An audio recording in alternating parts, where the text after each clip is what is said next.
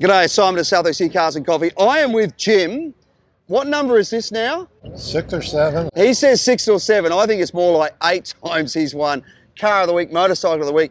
He told me he bought this car a couple of weeks ago, and a bit of the background. There's no doubt that this is Car of the Week material. What is it, mate? It's an English rally and hill climbing car. It's insane, and the story's insane. Check this thing out.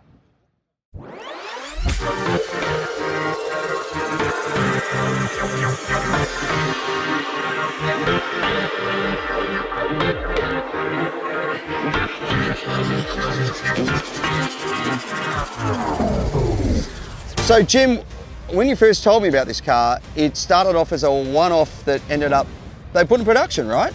Yeah, he built it to race as a rally hill climb car, and he when he went out and raced it, he beat everything out there. So people started ordering them. And so the amazing thing though was the material that this thing's made from, correct? The first 6 used an Austin 7 frame and drivetrain. Right. Then when he started going into production, he found a warehouse full of aluminum for repairing Spitfire fighter planes during the war. And he found they also had a huge supply of tubes for building rockets. So just standard mild steel, it wasn't, anything? It's chromoly. Wow, chromoly. Thin alloy chromoly. Wow. Because it had to explode. Yeah, right. And so he bought up the whole thing, and he was able to build cars for 10 years, about one car a month. Which is amazing that he sort of ended up in production like that. So let's talk about what's happening under the hood. When I walked up to it, what I thought was super cool is this. It's actually supercharged, and you said it's on a Ford Anglia. Ford Anglia, right. Flathead, 4-cylinder, 1950s, correct? Right, around 45 horsepower. Nobody knows what the supercharge rating is. They never rated them.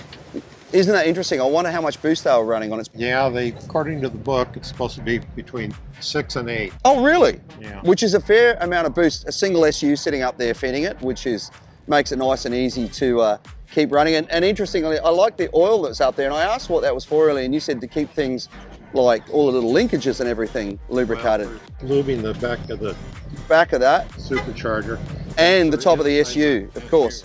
Yeah, this actually unscrews, and there's a plunger that's in there, and what happens is that oil over time breaks down or vaporizes, and it's one of the things, if you've got an SU on a car, it'll start running a little misfiring and running a little rich, and it's typically that you've run out of oil.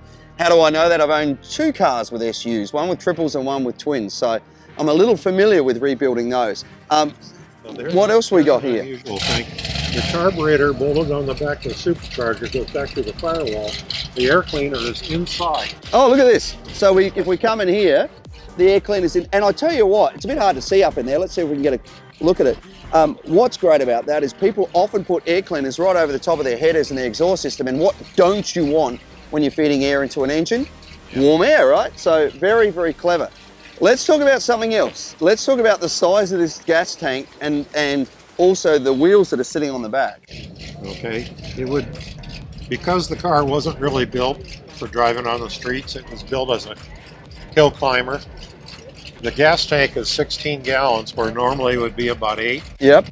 And they did that so that they could regulate the weight on the rear tires.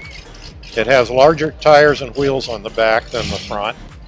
They're skinny, aren't they? They're not much wider than motorcycle tires, are they? And then these tires on the back, they advertised them as where you put your racing tires on and drive to the track and then change them. But it became the usual thing was that people would fill these tires, one of them full of water and one of them half full, and then they could regulate the amount of gas in the tank and the weight of the tires to regulate the car for the hill climb. So adjusting your forward and backwards balance, which is really ahead of its time. If we look at even the instrumentation, it's quite beautiful up there. They actually had their own Dellow gauge on there, which is super nice. Right. But it's miles per hour and kilometres an hour. So they're obviously trying to sell these into Europe as well as Great Britain as well. Well, they never exported any. Because, well, for one thing, like building 1 car a month. Oh yeah, exactly. Was they were bought up over there because that's where the racing was popular.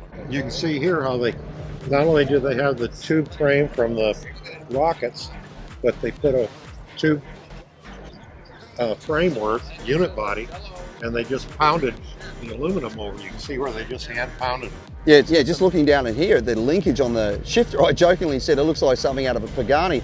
And the way that's bolted in here and then goes right through to the front, if we can just pull in up in there, everything's very, very functional in this car, isn't it? So what else can you tell me? Where did it start its life and how did you end up with it here?